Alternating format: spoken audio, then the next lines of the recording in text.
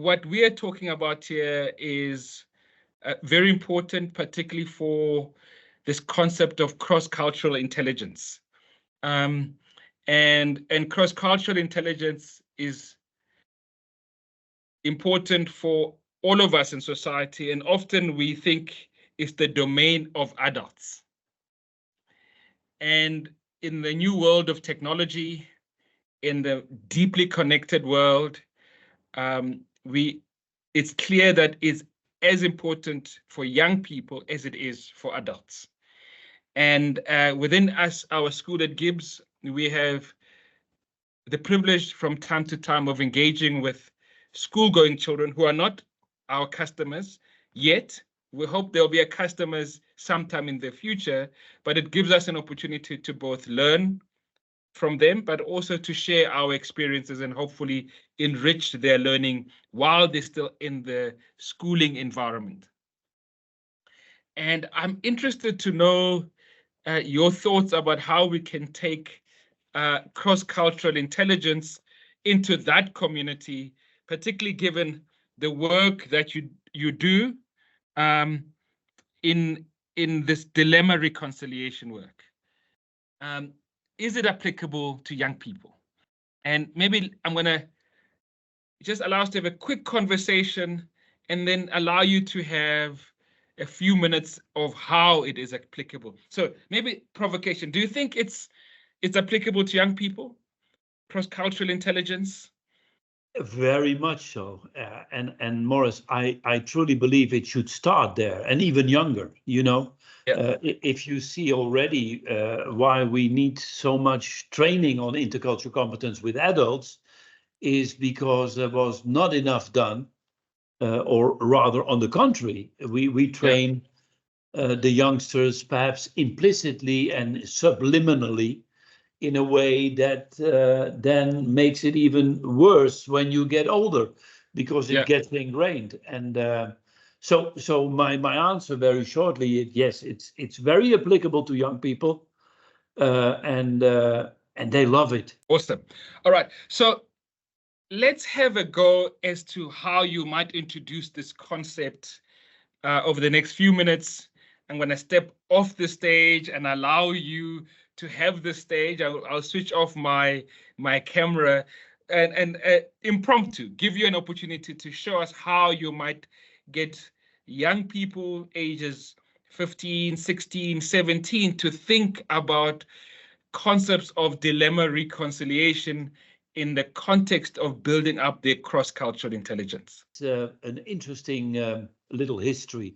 A couple of years ago, I would say it was the beginning of Corona times, so we had to postpone some of the sessions.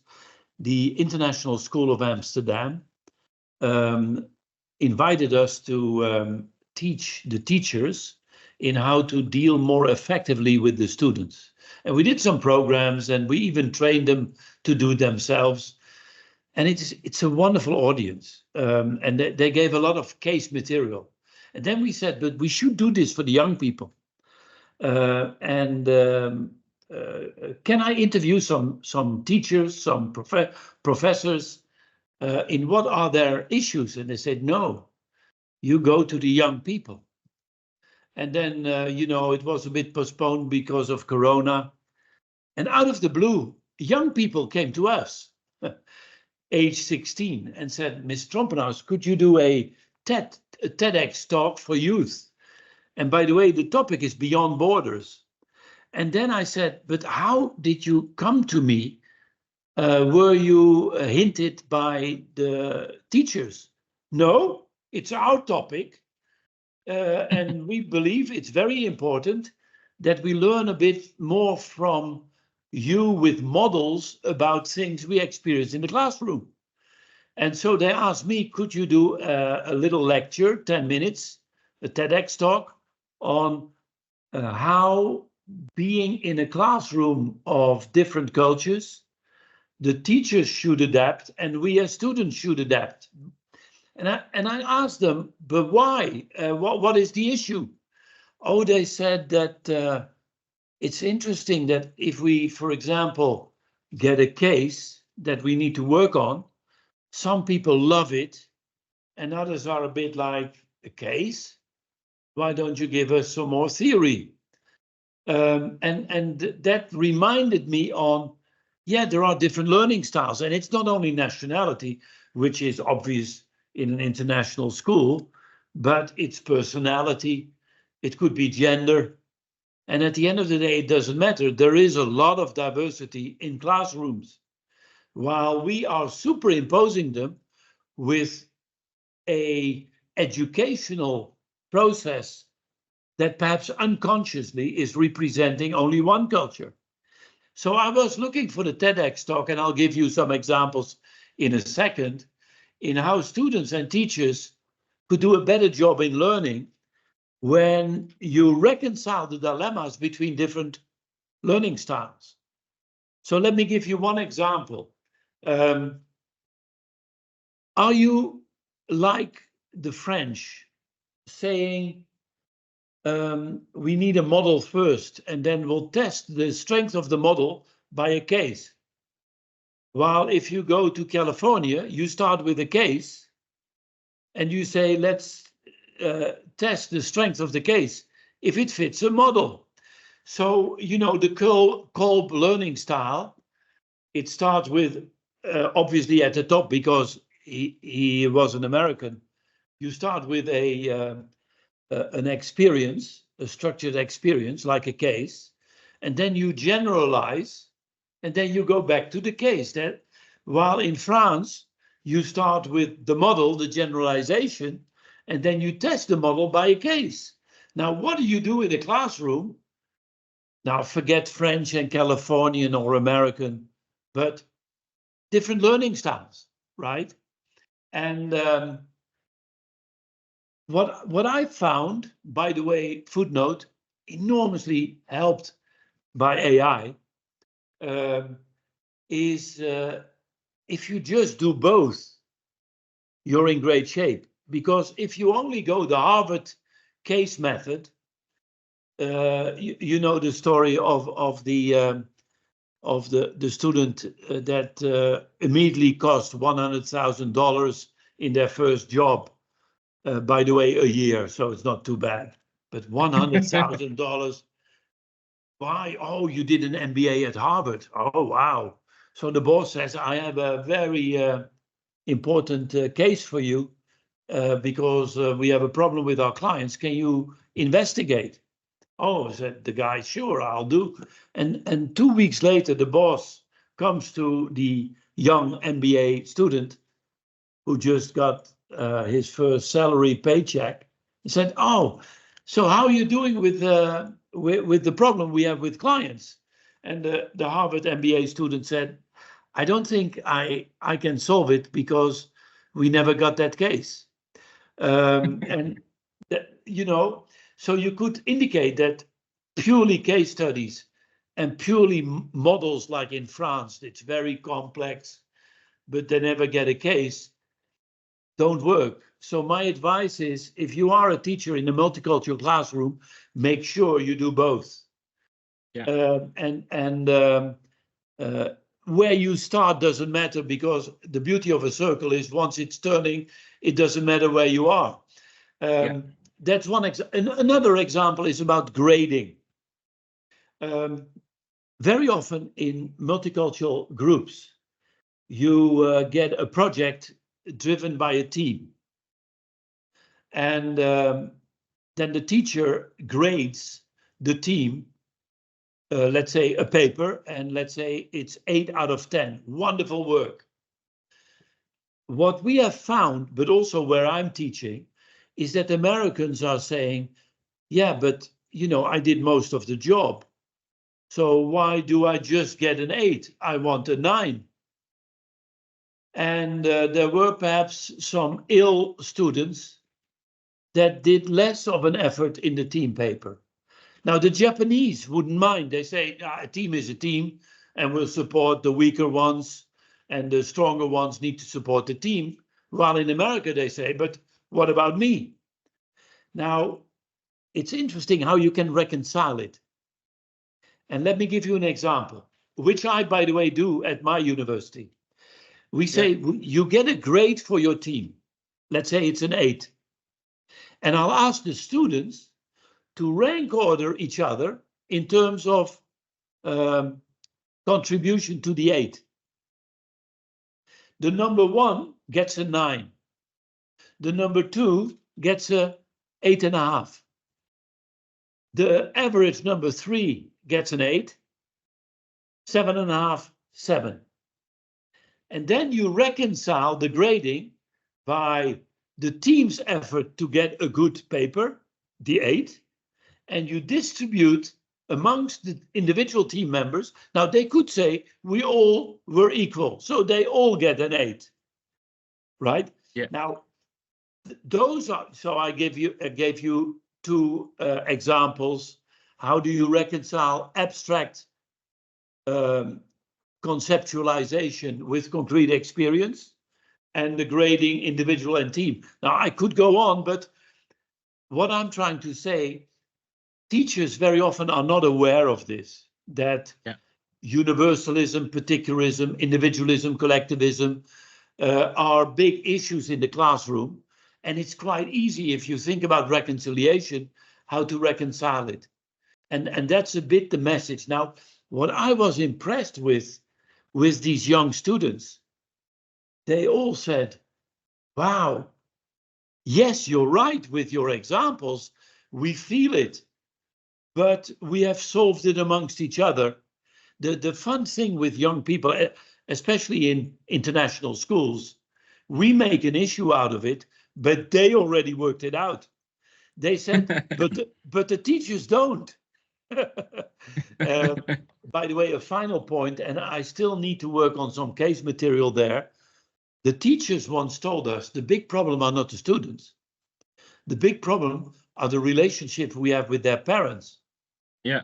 Because the parents come to the schools and say, oh, and this and that, and my son is doing much better, and why are you giving him a low grade, and etc., etc. But it's a stunning environment where I think a lot can be learned, by the way, from the young students, because they found their ways much before we do, who never got that experience. We just were overloaded with educational systems that were not based on multiculturalism. Yeah. So this concept of beyond borders is, to me, really interesting, because it can go in so many different directions. Yeah. So on the one hand, the examples you have given talk to cultural borders, which could be geographic, but there are other metaphoric borders that one could look at. So students are going through growth borders. So moving from being a child to being a teen, there's a liminal border that kind of cross through that threshold. What they have to work through in terms of cross-cultural intelligence across those borders, moving from being a school going to college or university, there's another liminal border there. Amongst themselves, in-group and out-group issues creates other borders to navigate. So I wonder if we could spend some time perhaps thinking about this concept of in-group and out-group for young people in terms of how you manage borders in that context. Because I think what would be helpful for young people to think about how they navigate their own identity, their personal identity, social identity, and how dilemma reconciliation can help them grow, find themselves differently. If I'm going too far, you're welcome to say, hang on, Maurice, there are limits to my tool. Yeah. But I'm just thinking that this could be something really interesting, because you might have forgotten what it's like to be 16. I still remember, because as you can see, I'm still younger than you. much younger. And so I do remember what a confusing time it was to be 16. Yeah. Yeah. Yeah. So, like, do you know where I'm going? Yes. So, as No, a no, young but person, borders yeah. mean different things, and yeah. No, no, but it's a very, very important topic you're touching upon. Because nowadays, in general, but perhaps amplified by the youth, is that we get into a diversity of diversity. Yeah. You know, if you have a young American student talking to an older South African female, what is causing the misunderstanding, you know? Now, for youngsters, they go to hormonal changes. They go through personality changes. They're building their personality. They're having sports teams. Also, something that is really troublesome is how they tease each other fanatically to extreme suicidal behaviors. There is so much coming to them, and very often the diversity is amplified because they don't have yet the basis built on their own values. They're still looking for who am I? And I remember that from my own youth, that having a French mother and a Dutch father was difficult enough. You know, why? Because my mother say you're going out of the house when you're married. That's normal, right? I'm talking about their generation. Yes. And my father said, you study, you go out of the house, which in the Netherlands was much more normal. And I was a bit like, and my friends were Dutch, so what is he doing at his home? He should be in his own room. And all these uncertainties with the youth are amplified. We still have it as, now you are still very young, Morris, but at my age, I still have it. But at that time, it's amplified. Now, what can we learn to give them more stability? And the beauty of stability in my dilemma thinking, it allows you to be more uncertain, because uncertainty is no problem if you have stability, right? And it's wonderful with youngsters to work as a teacher, for example, but also as a parent, to what you share. Very often we give so much emphasis on where we are different and where the diversity aches, right? And that was the beauty of a Mandela, that he comes into South Africa and it's not how can we fight the others more? No, what do we have in common? And I think that youngsters, mentored or helped by teachers, parents, should much more aim at what we're sharing. You know, if you have a person when you were younger, there were people in the classroom that you didn't like. I don't on a podcast dare to say I hated them, but then you played football with them, and you suddenly start liking them because you had the shared aim of winning, right? And what I'm trying to say is, let's look also for the youth. What could unite them in a purpose, in a higher goal, rather than only emphasizing that he or she has big ears or that color, or you get my point. Yeah. So I want to just show you that I am indeed a professor, and I do make connections.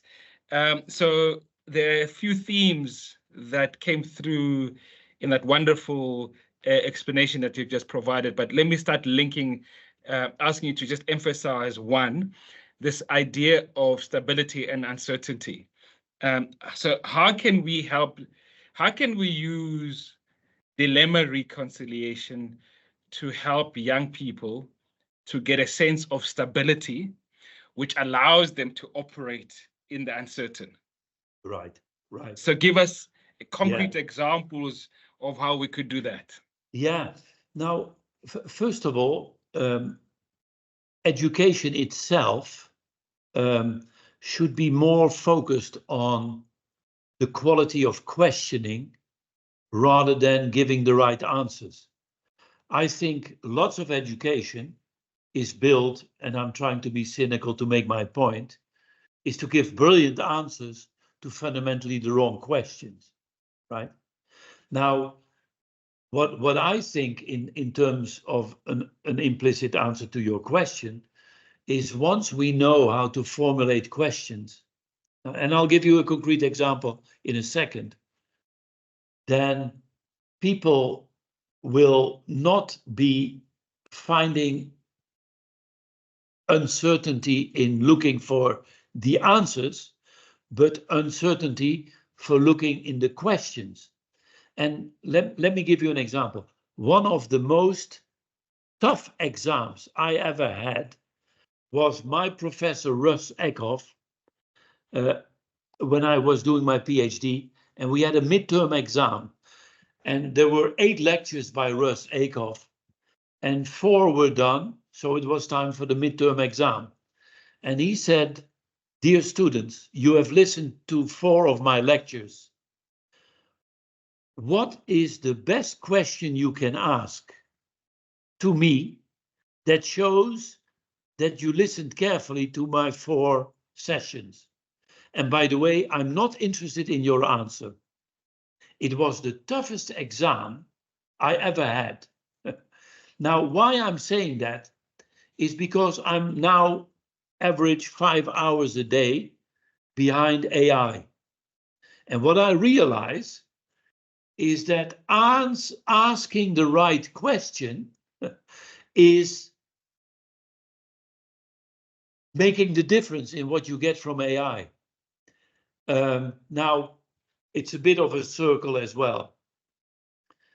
And I'm saying this because how can you ask the right question if you don't have enough knowledge about your field? And yeah, the circle says answer question, And now I'm saying that because we call that re search. Re search. Right. No, very good. Now, continuously, yeah. It's an iterative process, right? And for me, the nervousness I see under youngsters is that they are still going towards the right answer, but they haven't learned to ask the right questions. So I think in our educational processes, we need to help them in framing the right questions. It's a bit like a very young child who asks 5 times why. You know, they get to your irritation level, like, now shut up, you know, but you can't say it to them. But they lose that. They lose that over age because of our educational processes. Now, I think that is a crucial, yeah, also for parents and teachers are very similar in so what ways. I'm taking is that we provide stability by encouraging curiosity. Yes. By encouraging an open learning mindset as opposed to a closed fixed solution mindset. Yes. To say, yes, solutions are important, but that's not where we start. We start by trying to really understand what is going on here. Why is it going on? What else is going on? Yes. What are the good questions? And there's lots of reflection involved here. So if you wish to go back to Kolb, you're saying we need to focus more on reflective observation a lot more than in spending too much time and saying, do you have the concrete experience? What are the abstract stuff that you should be doing? Don't worry too much about that. Go stay a lot more in the reflective observation. So to speak, it's not about the case. It's not about the theory. It's more about this madness in between. Exactly. And that is dilemma reconciliation. Yeah. Yeah. It reminds me of a story. And the story is that there is a teacher that says homework for tonight is, you remember the 9 dot question? You have 3 dots 3 dots in the middle, 3 dots at the bottom. Can you connect those 9 dots with 4 lines without lifting the pen from the paper, right? Yeah. And the next day, people come back, and obviously their parents have given them the hints, because we know this, right? And there is one student who says, I can do it with 1 line. And okay, the teacher got angry. You can't do it with 1 line. You shut up, right? And so there is other. Oh yeah. Oh no. Then anyway, the solution is go outside of your box, right? To solve it. You know, eh? Yeah. But still, the student said, I can do it with 1 line. Now, finally, the teacher was so fed up with it, they said, no, come here. And she goes to the flip chart, draws the 9 dots, and folds the paper so that the dots overlap, right? And draws 1 line. And then the teacher said, but I didn't tell you that you could fold the paper. Go back to your seat. That's the problem of education, right? Yeah. Is that we want the answers that the teacher or the parent wants to hear, right? Yeah. While if that is challenged by questioning, because this is an implicit way of questioning, you're in great shape. And then educational system gets higher and higher and higher. And why I'm saying it, going back to the multicultural nature of this, is that some cultures drill their students to think like the teacher thinks. While in other cultures, they overdo the challenging of the teacher. Because in the Netherlands, but also in university, you're a good Dutch person if you challenge the teacher. While in China, I don't think that is really allowed. And you just shut up. Anyway, because I still think that if you give students the fundamentals of stability, they can cope with a lot of uncertainty. It's a bit like building a house with deep fundaments, perhaps with a bit of rubber that can keep the house standing up while there is an earthquake. While if these fundaments are not there, it will collapse. And so let's go back to your metaphor of the child who asks why. So I don't know if you remember, I told you I have a child who's in final year of high school, grade 12. And so sitting down, talking about the mathematics problem. And I said, let's just step away from the equations and ask why. Yes. Why are we doing this? Yes. Right? Yes. And what value do we get from certain exercises in mathematics? And so we had a conversation not about the equations, but the why of what are we trying to solve for. We're saying, well, we're trying to solve for volume, we're trying to solve for height, we're trying to solve for change in performance. Some changes are big changes in performance, some are very small changes in performance. And why do we care? So it's like, let's have a conversation about changes in performance of small devices, or changes in performance of large machines. And you were talking about AI, changes in performance in software. Suddenly, when we start talking about the why and what is the value to society, then we can say, well, which parts of mathematics helps us to understand the changes in performance, the rate of change, the scale of change. So small change performance, we're now going into the world of calculus, for example, versus large change performance, where algebra and trigonometry can be very helpful in different ways. Suddenly, when you start like helping, I realized as I started helping my child kind of think about the why of things, and the why is then, it's because it's really helpful for the performance of different functions in society, they start getting interested in really understanding certain equations. Yes. And I wonder whether the uncertainty of the equations then becomes less daunting because we understand the why, and that why Yes. provides stability. That might be a different way of kind of thinking about this stability and uncertainty operating side by side. Yeah. No, it's perhaps, Morris, one of the most meaningful question, the question why. Yeah. And may I give you two examples? One is Please from do.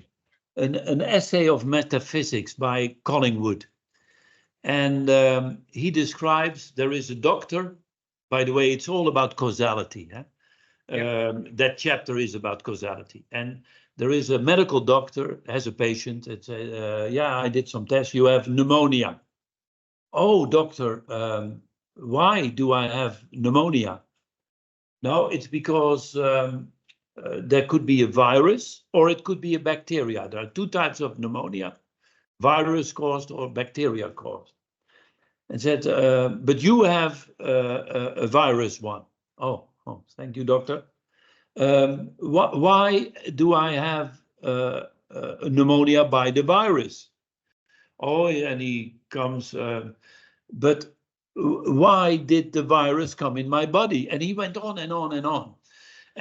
And suddenly, very often, you know, the 5 why approach, very often with the 5th why, you get irritated. A doctor, said the patient, you say that every effect has a cause. Why?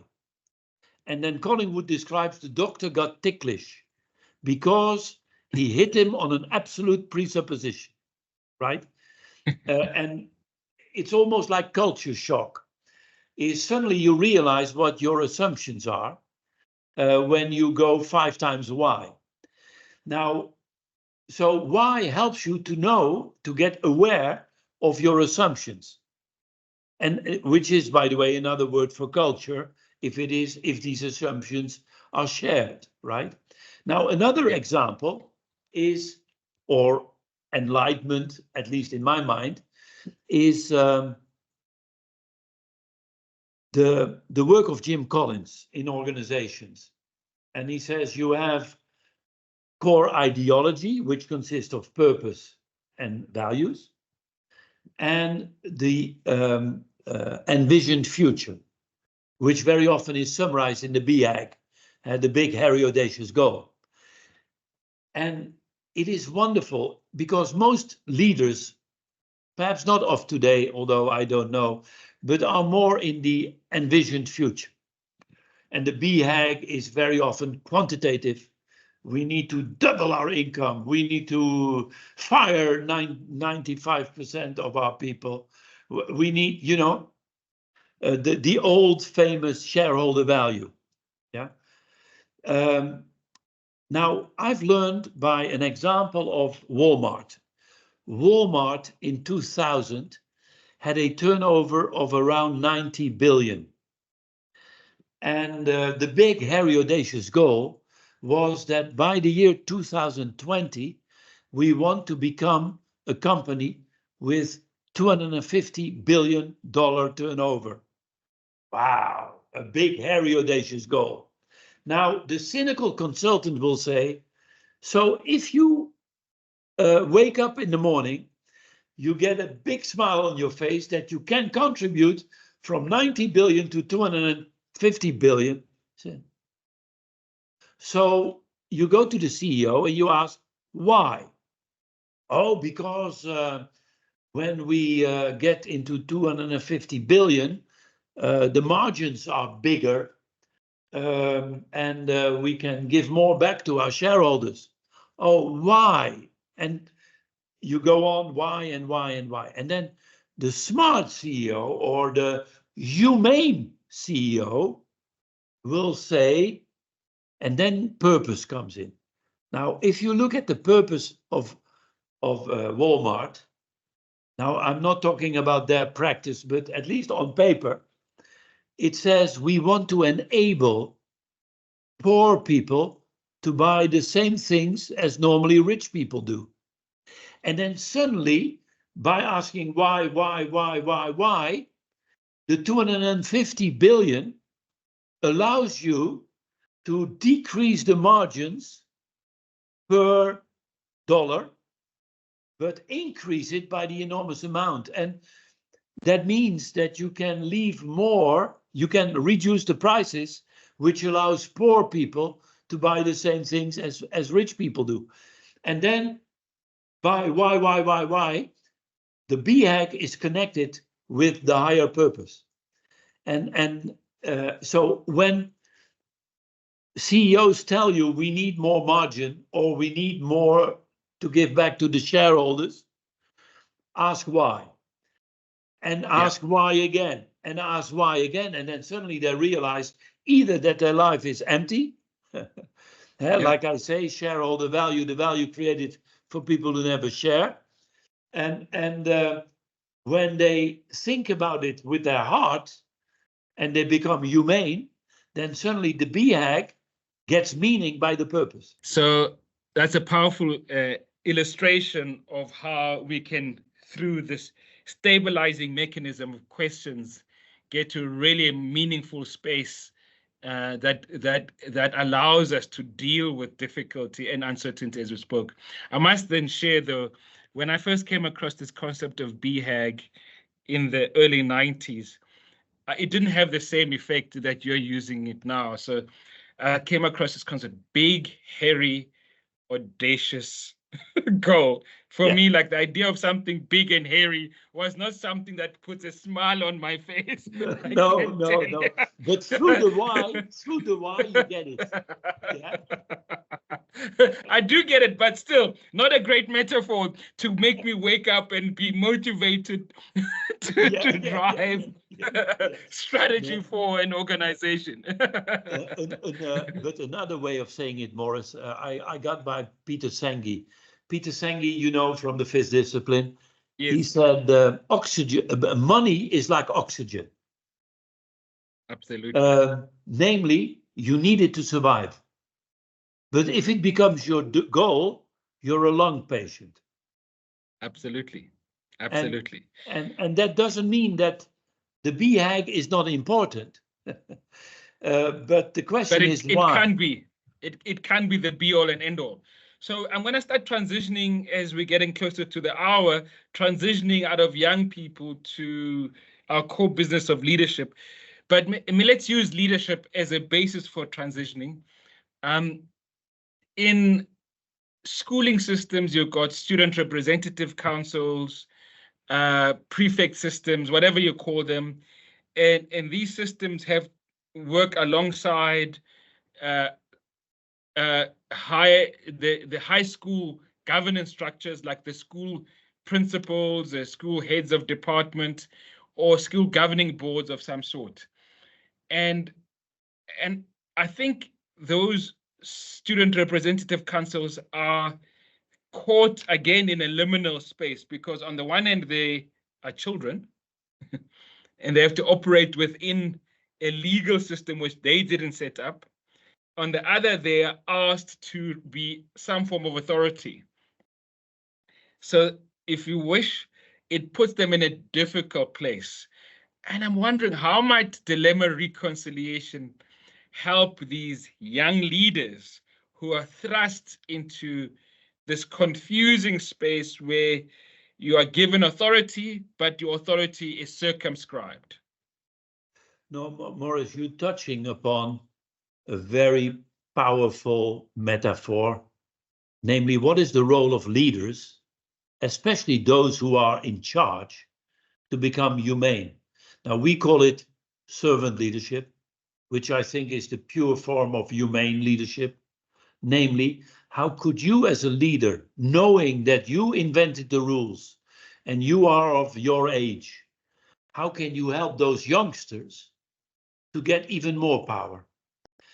Because they will never win if you see it as a zero-sum game. But the beauty of power is it's unlimited. And I think it's the role of parents, of teachers, of those leaders in charge to empower others to do even more. And what I see in dilemma reconciliation is there are very often two, let's say, handicaps. One is that those in charge don't see the power of reconciling. So they just say, no, it's not a dilemma. It's my way or the highway. While if you see it as a dilemma, you say, hey, youngsters, your viewpoint is as powerful as mine, and I will help you to combine the two on a higher level.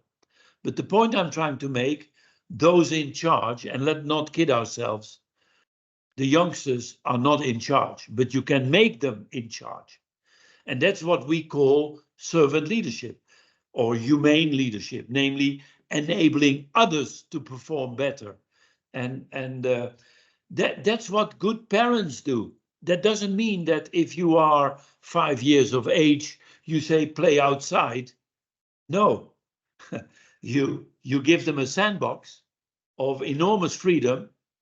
Well, you hope where they can respect the boundaries and don't go out of the sandbox. But I hope that is an answer. Those in power can empower others because the amount of power is unlimited. It's not a zero sum.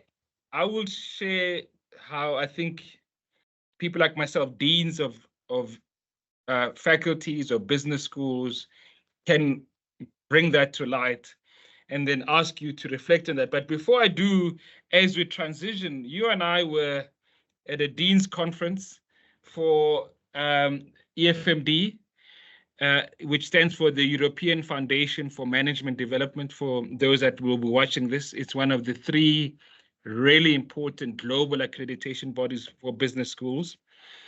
And you were invited to share some provocations on dilemma reconciliations with business school deans and directors.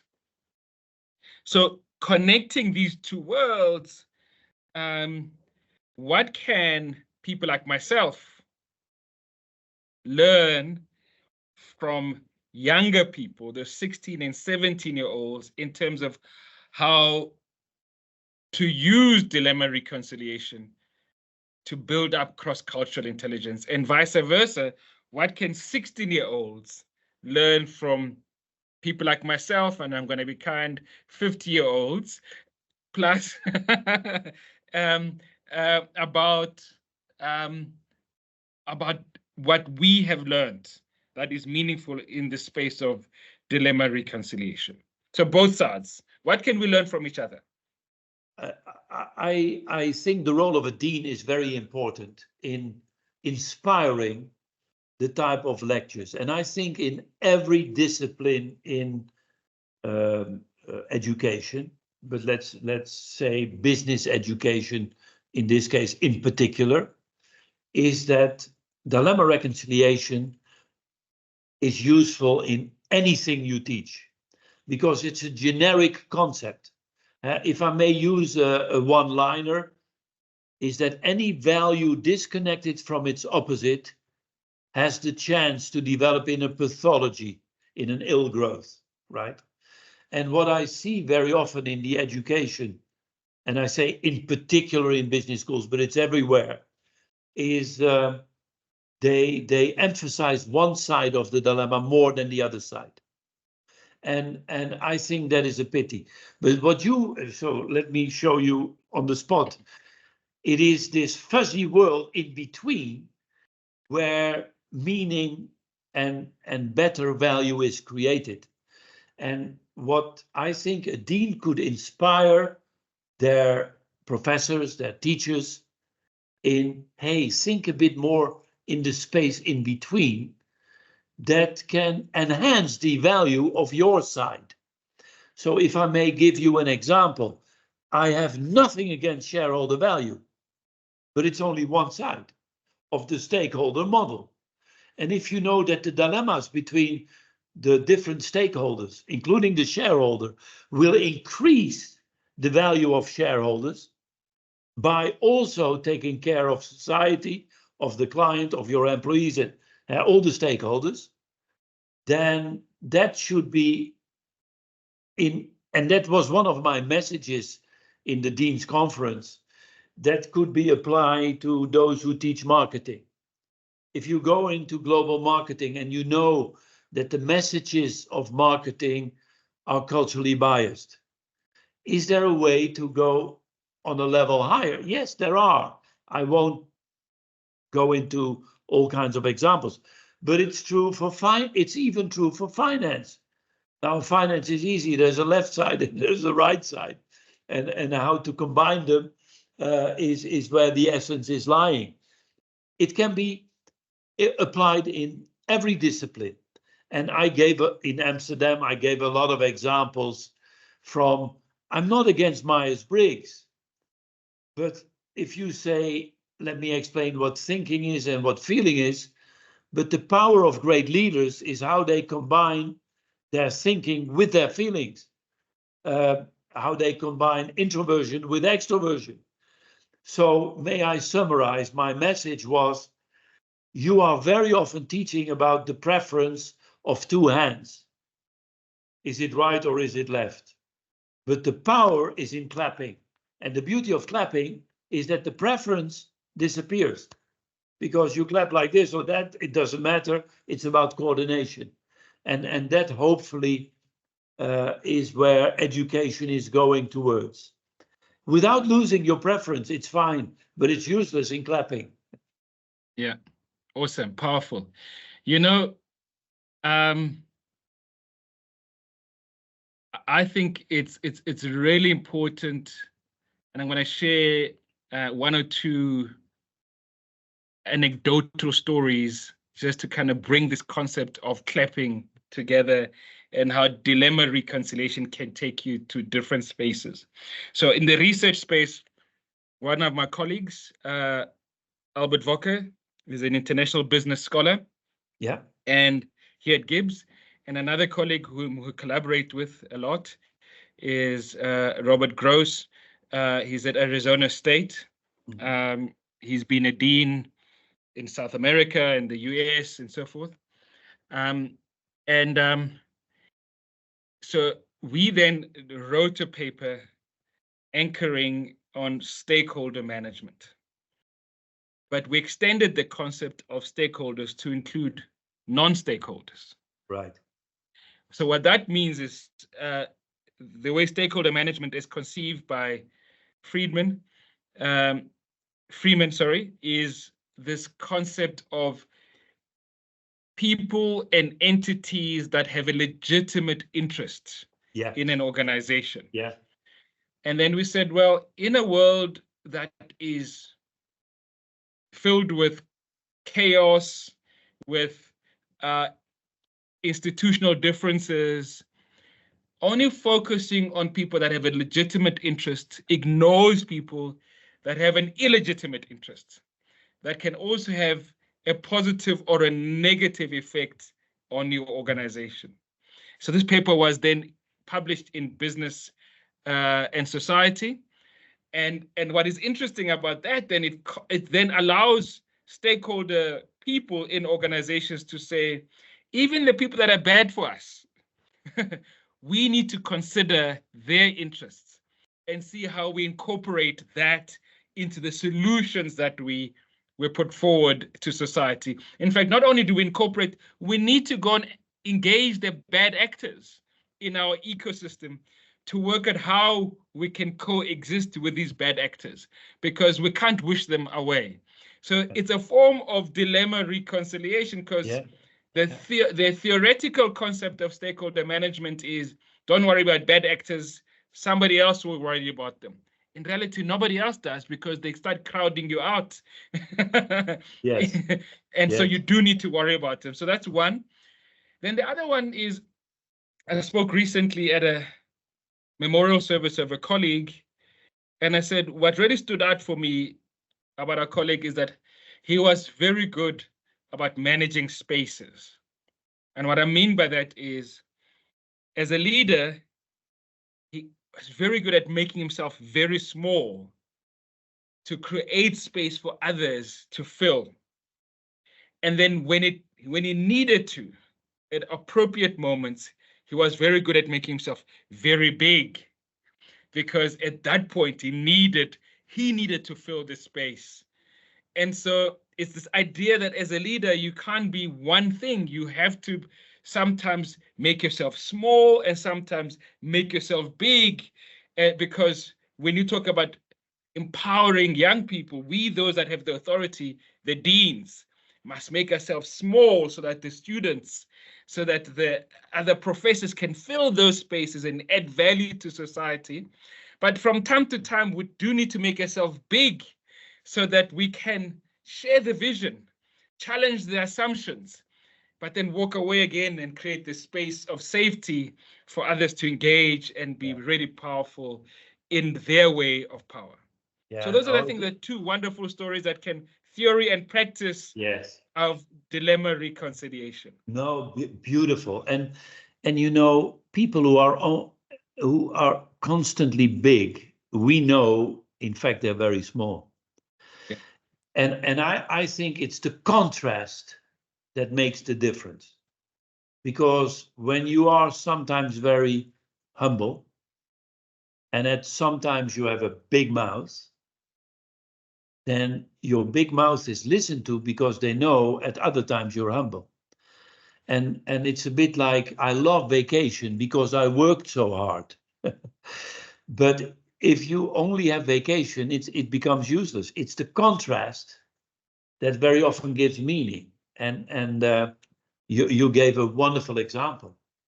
And that is, I think, part of dilemma thinking. It's about contrast, right? Yeah. The night is fun because there is a day, and vice versa. It's a bit like climate. I love the Netherlands because after rain there is indeed sunshine. But if it's always sunshine or always rain, it becomes very boring. Yeah.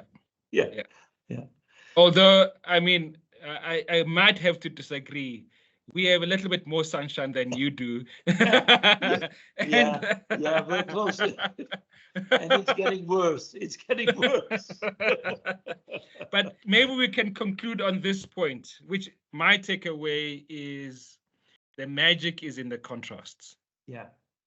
And so I suppose is to allow young people, young leaders, or leaders, young and old, to really get used to thriving in those contrasts. Yes. Because in doing so, we're creating safe spaces for inquiry, safe spaces for learning, safe spaces for growth and development.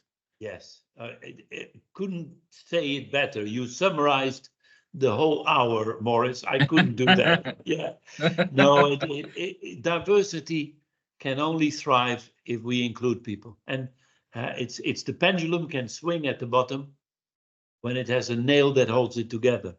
And leadership is the quality of the rope. Yeah. You said it so nicely. Thank you for inviting me to have this chat with you. Wonderful. Fons, thank you so much.